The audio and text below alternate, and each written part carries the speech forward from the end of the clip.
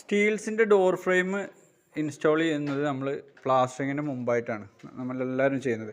ഇവിടെ ഈ പ്ലാസ്റ്ററിങ് കഴിഞ്ഞതിന് ശേഷം ഈ സ്റ്റീലിൻ്റെ ഫ്രെയിമിൽ കംപ്ലീറ്റ് സിമെൻ്റ് ആയതാണ് നിങ്ങൾക്ക് ഇവിടെ കാണുന്നത്. ഇത് ചെയ്ത് കഴിഞ്ഞിട്ട് കുറച്ചധികമായ വർക്കാണ്. ഇങ്ങനെയുള്ള സമയത്ത് ഇനി ഈ സിമെൻറ്റ് ക്ലീൻ ചെയ്തെടുക്കുന്നത് ഭയങ്കര ബുദ്ധിമുട്ടുള്ള കാര്യമാണ്. മാത്രമല്ല സ്ക്രാച്ചസൊക്കെ ആവാനുള്ള ചാൻസ് ഉണ്ട്. അപ്പോൾ പ്ലാസ്റ്ററിങ് കഴിഞ്ഞ ഉടനെ ഇത് ഒരു വെള്ളം ഒഴിച്ചിട്ട് കഴുകി കളയുകയാണെങ്കിൽ ഈസി ആയിട്ട് ഇത് പോവാവുന്നതുള്ളൂ.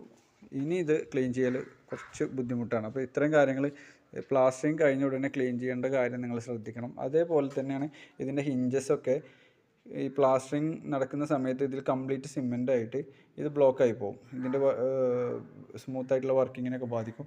ഇത് ക്ലീൻ ചെയ്തെടുക്കാനും ബുദ്ധിമുട്ടാണ്. ഇവിടെ നിങ്ങൾക്ക് കാണാൻ പറ്റും ഈ ഹിഞ്ചസൊക്കെ ഫുള്ള് സിമെൻറ്റിലായി പോയിട്ടുണ്ട്. ഇനി ഇത് കിട്ടണമെങ്കിൽ നല്ല ബുദ്ധിമുട്ടായിരിക്കും. അപ്പോൾ ഇത്തരം കാര്യങ്ങൾ ശ്രദ്ധിക്കുക.